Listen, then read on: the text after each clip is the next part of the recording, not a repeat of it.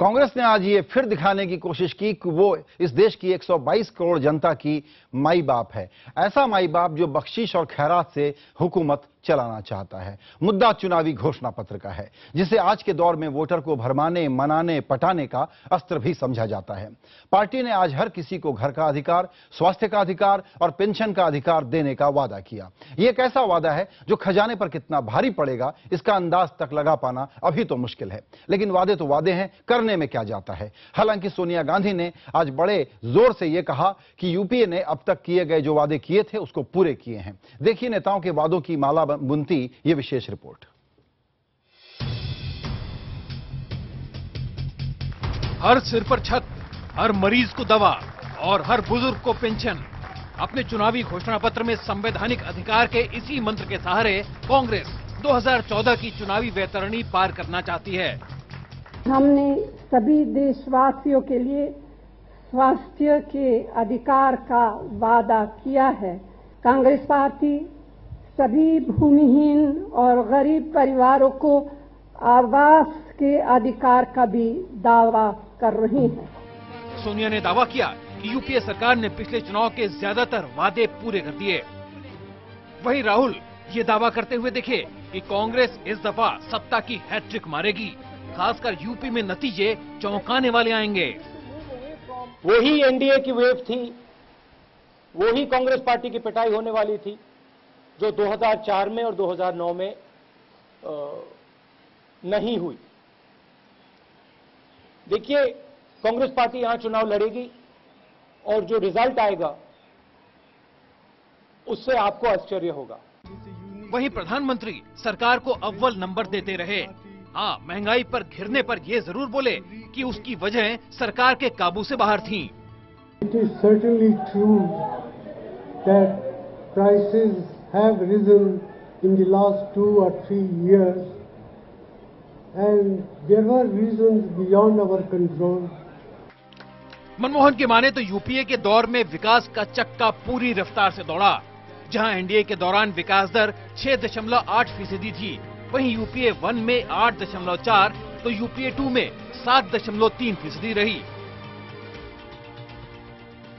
नए नारे के साथ कांग्रेस ने वादों का पिटारा खोल दिया, लेकिन महंगाई और भ्रष्टाचार जैसे मसले पर कांग्रेस के दावे और हकीकत मेल नहीं खाते। बड़ा सवाल यह है कि इन दावों के सहारे क्या कांग्रेस आने वाले दिन में वोटरों को लुभा पाएगी। कैमरामैन राकेश नेगी के साथ अरुण सिंह, दिल्ली, IBN 7। सबको छत देने के कांग्रेस के चुनावी वादे में कितना दम है, ये जानने के लिए हमने बात की हुडको के पूर्व फाइनेंस डायरेक्टर NK गुप्ता से। सुनिए वो क्या कहते हैं। ये सोचना है कि 3 साल में हम सबको घर दे देंगे, एक ये समझ लीजिए कि झूठा वादा सा ही लगता है। दूसरी बात यह है कि इन सब को काम को करने के लिए जिस तरह का इंफ्रास्ट्रक्चर चाहिए, जितना पैसा चाहिए, उसकी व्यवस्था भी अपने आप में एक बहुत बड़ी बात है। कांग्रेस को देश ने 10 साल दिए, 5 साल तो चमक दमक के साथ गुजरे, लेकिन सरकार के पिछले 5 साल सिर्फ महंगाई, भ्रष्टाचार, खराब आर्थिक हालात और रुके हुए फैसलों के लिए याद किए जाएंगे। तो आखिर इस नए घोषणा पत्र से देश क्या उम्मीद करे, इसी से जुड़े हैं इंडिया 9 बजे में हमारे कुछ सवाल। सबको स्वास्थ्य, घर के अधिकार के लिए पैसे कहां से आएंगे? क्या चुनावी वादे दरअसल वोट के लिए एक तरीके की रिश्वत है? पुराने वादे पूरे किए बिना नए वादे क्यों किए जा रहे हैं? ढेरों वादे चुनावी घोषणा पत्र का मखौल नहीं उड़ाते क्या? क्या लोक लुभावन घोषणा पत्र वाकई चुनाव में सफलता प्राप्त कराते हैं? इस विषय पर बात करने के लिए हमारे साथ है मेहमानों का खास पैनल। कांग्रेस प्रवक्ता मीम अफजल, बीजेपी नेता विनय सहस्रबुद्धे, पूर्व केंद्रीय मंत्री और अर्थशास्त्री YK अलग, थिंक इंडिया के CEO धीरज नैयर और वरिष्ठ पत्रकार समाजशास्त्री पुरुषोत्तम अग्रवाल। मेहमानों का वक्त निकालने के लिए शुक्रिया। पहला सवाल मीम अफजल साहब आपके पास लेकर के आऊंगा। हमने कहा है कि ये माई बाप मैनिफेस्टो है। पिछले विधानसभा चुनावों में गरीबी कार्ड चलाने के लिए, अधिकार से सब कुछ दिलाने के लिए इतनी जनता ने आप लोगों की पिटाई की, उसके बाद भी बहुत ही आक्रामक वादे कर रहे हैं और फिर एक बार देश की आर्थिक स्थिति को बिगाड़ने का वादा कर रहे हैं। आप क्या कहेंगे?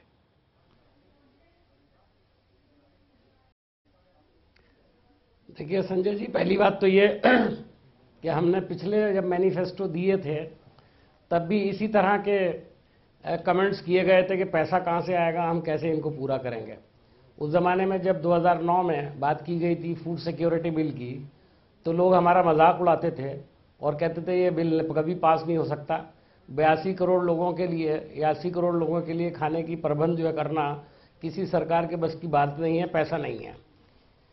अब बहुत सारी बातें हैं, ये बात अलग है कि कुछ मुद्दों को लेकर के हमारे ऊपर ज़्यादा वार हुआ, इसलिए जो हमारे काम थे वो दब गए। लेकिन हमारा आज भी वही हौसला है और उस हौसले के साथ ही हम ये मैनिफेस्टो लेकर के आए हैं। जी, यही समस्या है। आज यही समस्या भारतीय है। जनता पार्टी के जो यही प्रवक्ता समस्या है हैं, सर। उनका आते हैं बीजेपी के प्रवक्ता से सुनेंगे। आप लोगों को अभी भी बहुत भरोसा है, इस बात को नहीं समझने को तैयार हैं कि आप कहते हैं 90% वादे पूरे कर दिए। पब्लिक ऐसा नहीं मानती, परसेप्शन में ऐसा नहीं है, क्रेडिबिलिटी की प्रॉब्लम है। और उसमें एक जो बड़ा आइडिया ऐसे डिफेंसिव मोड में रह करके हम देखना चाहते थे कि कांग्रेस पार्टी दे पाएगी, वो नजर नहीं आया। आइए अलग साहब से पूछते हैं। अलग साहब, इन्होंने कहा कि आप लोगों ने पहले भी सवाल उठाया था कि पैसे कहां से आएंगे। जरा इनको बताइए कि पैसे कैसे जुटाए और उसके बाद हमारे फिस्कल डिसिप्लिन का क्या हाल हुआ। देखिए, ये बात बिल्कुल सही है कि साधन इन प्रोग्राम्स के लिए अगर नहीं हो तो ये ठीक नहीं चलेंगे। लेकिन पीएम ने कहा है कि वैल्यू एडेड टैक्स और सर्विस टैक्स, उन दोनों के रेट्स बढ़ाए जाएंगे।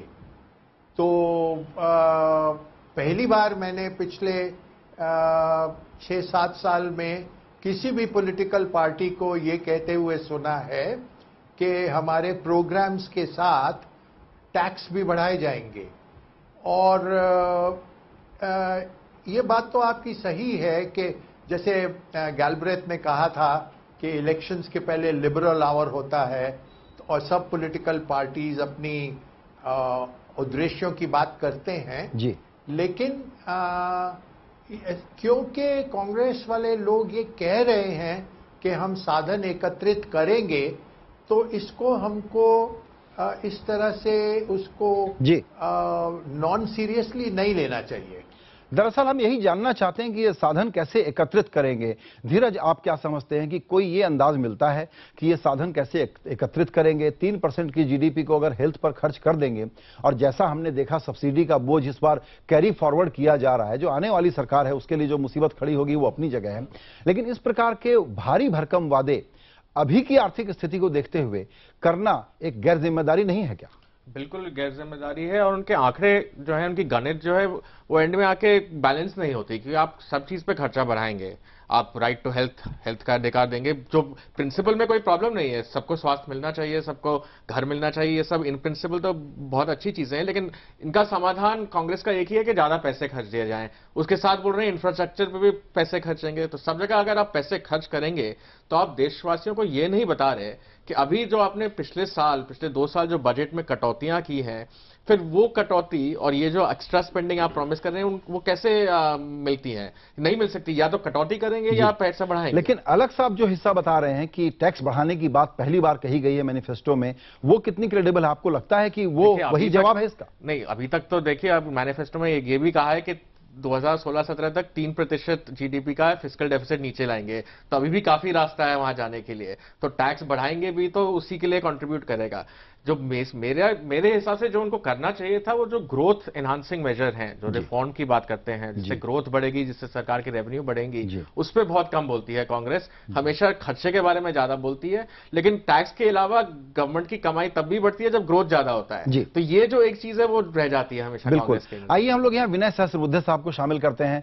विनय सर, ये तो मानना चाहिए कि देखिए, चुनाव के वक्त पहले सपने बेचे जाते हैं, और इस बार का सपना थोड़ा एम्बिशियस है कि घर देंगे, सेहत का पूरा इंतजाम करेंगे, सारी दवाई, इलाज, बीमारी सब कुछ हम देखेंगे, और पेंशन भी देंगे। तो ये बहुत ही एग्रेसिव, इंक्लूसिव पॉलिटिक्स क्यों नहीं मानी जाए? देखिए, इसमें कोई तनिक भी क्रेडिबिलिटी होती तो हम जरूर मानते हैं। मुझे तो आश्चर्य हो रहा है कि आप भी इसको इतनी गंभीरता से क्यों ले रहे हैं, जिस पार्टी ने तनिक भी गंभीरता से इसको लिखा भी नहीं है। ये हर किसी विषय पर अधिकार की बात कर रहे हैं। मुझे तो लगता है कि कल ये सांस लेने का अधिकार भी देंगे, सुनने का अधिकार देंगे, देखने का अधिकार देंगे। ये क्या अधिकार होते हैं क्या? ये स्वास्थ्य के अधिकार की बात देखो, संविधान ने हमें जीने का अधिकार, जिंदगी का अधिकार दिया है, तो स्वास्थ्य का अधिकार उसी में अंतर्निहित है। ये कोई व्यवस्था नहीं करेंगे, कोई रचना नहीं बनाएंगे। शिक्षा का अधिकार देने से शिक्षा नहीं होती, उसके लिए धन कहां से आएगा? स्कूलों की जो नई रचना करनी पड़ेगी वो उन्होंने कहीं की नहीं। तो ये जो उनका अधिकारों का चक्र है, ये बड़ा खोखला है और लोगों को उल्लू बनाने की, मूर्ख बनाने की एक कोशिश है। इसको तनिक भी गंभीरता नहीं है। मैं एक एक पन्ना पढ़ के आपको बता सकता हूं कि कैसे गंभीरता नहीं है। इन्होंने वीमेन एंड चाइल्ड डेवलपमेंट के बारे में कहा है कि चाइल्ड ट्रैफिकिंग को रोकने के लिए हम भरसक कोशिश करेंगे। तो 10 साल इनको रोका था किसने? जी, ये बिल्कुल थे नहीं क्या? सरकार कोई अलग थी क्या इनकी? जी। तो मतलब ये कोई मानते ही नहीं कि हमारे घोषणा पत्र को लोग सीरियसली पढ़ेंगे। इन्होंने कहा है कि महिलाओं के बारे में वन स्टॉप क्राइसिस सेंटर खोलेंगे। मतलब क्या है? जी बिल्कुल, मतलब क्राइसिस प्रिवेंशन करेंगे ना। इसका जवाब लेंगे हम इससे। जी विनय, सेंटर बना के रखे हैं। जी विनय जी, इसका जवाब लेंगे। अभी तक जितनी बातें आपने सुनी, जितनी राय सामने आई, पुरुषोत्तम जी आप क्या कहते हैं कि इस मैनिफेस्टो को हम लोग बड़ा सीरियसली लेके बेवजह डिस्कस कर रहे हैं, या दरअसल हमको स्क्रूटनाइज करना चाहिए कि कुछ धर्म ईमान की बात बोल दे इतनी बड़ी पार्टी? नहीं, निश्चित रूप से स्क्रूटनाइज करना चाहिए। देखिए, अभी प्रोफेसर अलग ने एक बहुत महत्वपूर्ण बात की ओर ध्यान खींचा है। कोई भी मैनिफेस्टो पॉपुलिस्ट हो सकता है, पॉपुलिस्ट होता ही है, वोट पाने के लिए मैनिफेस्टो किए जाते हैं। लेकिन मैनिफेस्टो में या मैनिफेस्टो के बाहर अगर कोई राजनीतिक पार्टी स्पष्ट रूप से कह रही है कि हमारी ये राइट बेस्ड अप्रोच है, इंक्लूसिव ग्रोथ की हमारी अप्रोच है, और इसे पूरा करने के लिए हम लोग उन पर टैक्स लगाएंगे जो टैक्स दे सकते हैं, तो ये निश्चित रूप से, मैं ये नहीं कह रहा हूं कि कांग्रेस को आप क्रेडिबल मानते हैं या नहीं मानते हैं, लेकिन कम से कम जहां तक इस दस्तावेज का सवाल है, ये लगता है कि कांग्रेस इसको गंभीरता से ले रही है। जी। इसके अच्छे बुरे नतीजे जो हैं वो अगर कांग्रेस की सरकार बनेगी तो हमारे सामने आएंगे, जो अभी चर्चा हो रही थी फिस्कल डेफिसिट की और ग्रोथ की। लेकिन निश्चित रूप से इस डॉक्यूमेंट को गंभीरता से लेकर इसकी पड़ताल तो की ही जानी चाहिए। और उसी एक दूसरी बात मैं ये कहना चाहता हूं संजय, कि देखिए हम लोग एक बात अच्छी तरह समझ लें, कांग्रेस हो या बीजेपी हो, जी, इस देश की जो स्थिति है, और मैं इस बहस में नहीं जा रहा कि किसने क्या किया किसने क्या नहीं किया, लेकिन आप इस देश में कोरे विकास की और कोरे सामाजिक न्याय की बात नहीं कर सकते। इस देश में आपको ऐसे ही विकास की बात करनी पड़ेगी जिसमें लोग भागीदारी कदम कदम पर महसूस करें। बिल्कुल ठीक है, वरना वो चलेगा सर, आपने बिल्कुल ठीक कहा कि सिर्फ विकास या सिर्फ सामाजिक न्याय की बात नहीं हो सकती, मिलाना पड़ेगा, दोनों को मिलाना पड़ेगा, और उसके लिए पैसों की जरूरत होगी। उसके लिए पैसों की जरूरत है और बहुत यथार्थवादी आर्थिक सोच की जरूरत है। बिल्कुल। और ये डोल आउट करने वाली जो बात आप कह रहे हैं, ये वाकई जो है फिस्कल इंडिसिप्लिन और चीजों को एक तरह से खैरात की तरह बांटना, ये गलत है।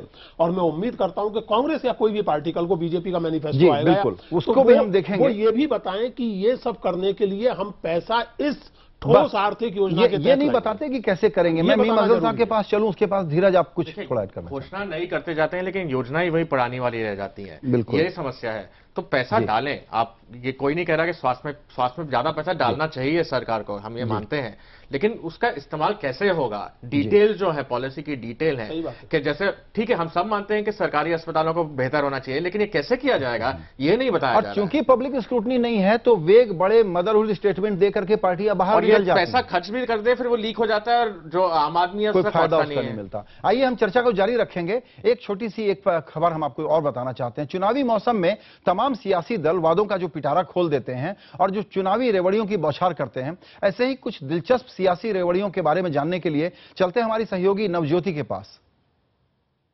चलिए आपको दिखाते हैं चुनावी रेवड़ी। जैसे ही चुनाव नजदीक आते हैं तमाम सियासी दल रेवड़ियां बांटनी शुरू कर देते हैं। तो अभी तक किस किस सियासी दल ने कितनी रेवड़ियां बांटी, ये हम सिर्फ इस चुनाव की बात नहीं कर रहे, हम अभी तक की बात करेंगे।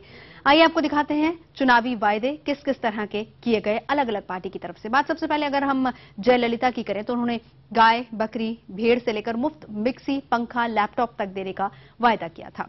इसके बाद करुणानिधि की बात करते हैं जिन्होंने कलर टीवी देने की बात कही थी। सरकारी स्कूल में बच्चों को हफ्ते में 2 अंडे देने की बात भी उन्होंने कही थी।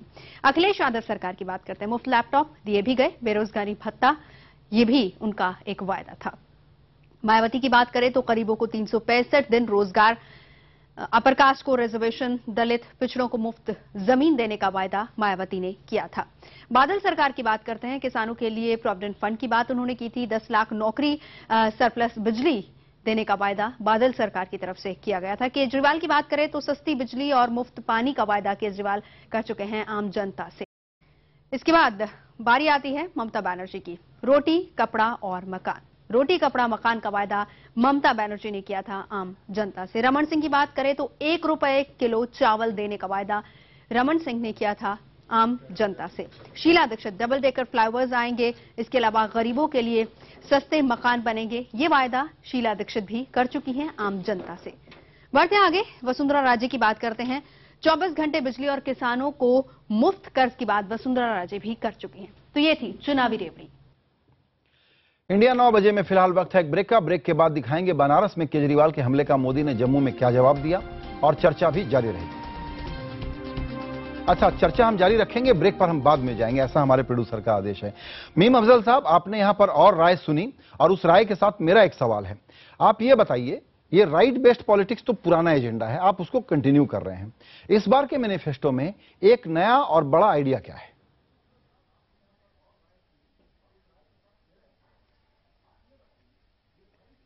मीम अफजल साहब। देखिए, पहली बात तो है कि हमारे भारतीय जनता पार्टी के जो हमारे दोस्त हैं उन्होंने एक बात कही कि राइट टू एजुकेशन देने से कौन सा फर्क पड़ गया, वो तो पहले से है। मैं सिर्फ एक बात बताता हूं उनको, 1,98,000 स्कूल बनाए गए हैं यूपीए के दौर में, और एक ये प्राइमरी स्कूल्स की बात कर रहा हूं मैं, और अपर प्राइमरी स्कूल जो हैं वो 1,10,000 स्कूल और बनाए गए हैं। ये छोटी सी एक मैंने मिसाल आपको दी है जी, कि आप कहते हैं पैसा कहां से आया, गरीब आदमी के लिए पैसा आ जाता है जी। आप बहुत बड़ी बड़ी बातें करते हैं, जरा इसको गौर से पढ़ते तो शायद आपको समझ में आता कि इसके अंदर क्या लिखा हुआ है। और पुगलिया साहब, आपने कहा कि कोई नई बात, देखिए स्कीम्स तो बहुत सारी चलती हैं, लेकिन राइट देना अलग बात होती है, कानून बना करके उसका राइट बनाना एक सिटीजन का, वो अलग बात है। हमने 4 चीजों पर पहले राइट बनाया, राइट टू हेल्थ। नहीं, मैं नया आइडिया पूछ रहा, मैंने कहा ये सब हमको पता है, आप नया आइडिया बताइए। ये पुराने वाला पता है, नया आइडिया बताइए। Information, right to education, social justice जी। नया जो है right to health, right to pension, right to housing, right to social society security, right to dignity and human working conditions, and right to entrepreneur. ये एक नई चीज मैं समझता हूं, जैसे जो कि पहले हमने दी जैसे थी, कि उसमें हमने संविधान आगे बढ़ाने में का काम किया है। जैसे कि संविधान में उसके इसकी अलावा गारंटी अगर आप पहले से देखेंगे की नहीं गई है। मीम अफजल साहब, बुरा मत मानिएगा सर, बुरा मत मानिएगा, मैंने आपसे पहले कहा था सर, मैंने आपसे पहले कहा था मौजूद है जिसको हम बढ़ाना चाहते हैं सर, मैंने आपसे पहले कहा था कि नया आइडिया बताइए। ये कंटिन्यूटी है आपका अधिकार देने का। अलग साहब, गवर्नेंस का जो डेफिसिट है उसका सब्स्टिट्यूट एक के बाद एक कानून बनाना है क्या? और ये तो बड़ा नया आइडिया मुझे भी लगता है कि एंटरप्रेन्योर को भी अपना काम करने का अधिकार दिया जाएगा। जिस देश में बिजनेस करना इतना मुश्किल हो, क्लियरेंसेस इतने मुश्किल हो, पैसे का पूंजी की लागत और कॉस्ट इतना मुश्किल हो, वहां पर भी एंटरप्रेन्योर लगता है कि एक नया वोटर तबका खड़ा हो रहा है, उसके लिए भी अधिकार देंगे। आपको लगता नहीं है कि इस देश के मूड को कांग्रेस पार्टी समझ नहीं पा रही है? समस्या ये है।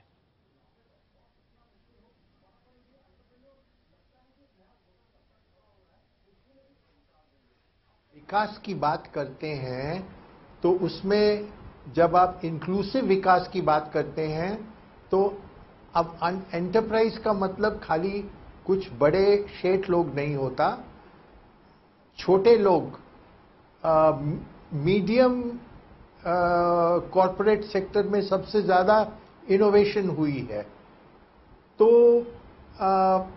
लेकिन ये जो हमारी डिस्कशन हो रही है, ये बात सही है कि कांग्रेस पार्टी जिस हद तक मैं समझता हूं, वो कहते हैं कि जो असमानताएं हैं उनको हम रिमूव करने की कोशिश करेंगे। तो दूसरा विचार ये हो सकता है, जैसे कि एक नेता साहब ने कहा है कि we will treat everybody equally. जी। अब सवाल ये उठता है कि विकास के स्तर में आप अनइक्वल लोगों को इक्वली ट्रीट करेंगे या नहीं? जी। तो ये लोग ये कह रहे हैं और अब जैसे कहा गया इलेक्शन में तो बात बड़ी बड़ी होती हैं, जैसे गैल्ब्रेथ ने कहा लिबरल आवर, जो भी चाहे वो कह सकता है जी। लेकिन फिर भी एक मूल्य बात ये है कि कोशिश कर रहे हैं ये कहने की कि विकास के हम खिलाफ नहीं हैं, विकास की बात कर रहे हैं जी, मतलब कि जो पिछले साल हुआ 5%, उससे हम बढ़ाएंगे जी, लेकिन उसके जी। साथ साथ ये कह रहे हैं, जैसे आप कह रहे हैं छोटे एंटरप्रेन्योर्स, गांव में घर। जी, अब घर का मतलब ये नहीं होता कि खाली आप घर बना के देंगे, कुछ जमीन इसीलिए दीजिए, पूरा एक कुछ इकोसिस्टम बनाने मटेरियल की बात है दीजिए। जिस पर कि बहुत रोशनी नहीं मिलती। माफ करिएगा, बहुत अच्छा पैनल आज हमारे साथ है, लेकिन मेरे पास वक्त, मेरा जो अलॉटेड वक्त था वो समाप्त हुआ। सभी मेहमानों का इस चर्चा में शामिल होने